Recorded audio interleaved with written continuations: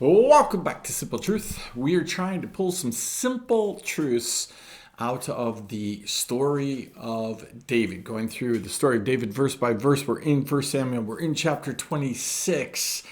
And we're going to start with verse 13. We're right in the middle of the story of David having another opportunity to get rid of King Saul. And David says no. Right? He says, nope, can't touch God's anointed. But that doesn't mean that he can't prove a lesson or a point, right? So sometimes God says, no, you can't do this. You can't come against these people.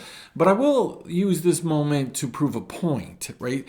To show something. And so in verse 13, it says, then David went over to the other side, stood far off on top of the hill with a great space between them.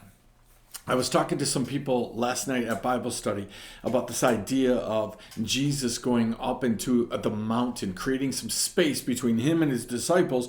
We're going in the other direction in a boat, right? Sometimes we need to create some space between us, ourselves, and our enemies, but even our friends, those people that we love, right? And we need to create that space because God commands us to love our enemies.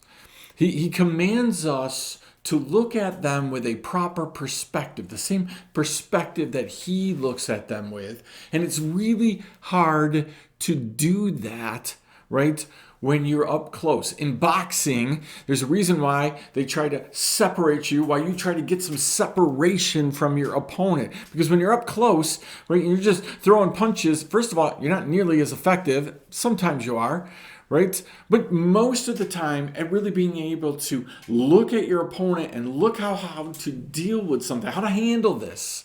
The enemy's constantly wanting us in hand-to-hand combat where we are frantic, right? And we're just trying to protect ourselves and we're trying to save ourselves, right? And then hurt the other person. We're just trying to get away from trouble. If he can get us into that mode of frantically trying to get away, right?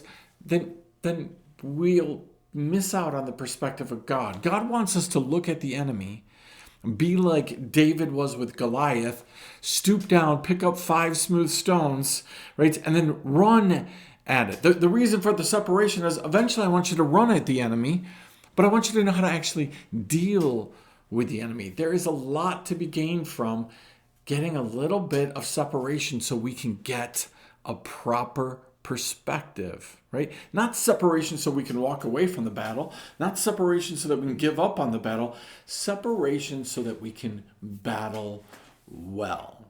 So I want you to chew on that. We'll see you next time right here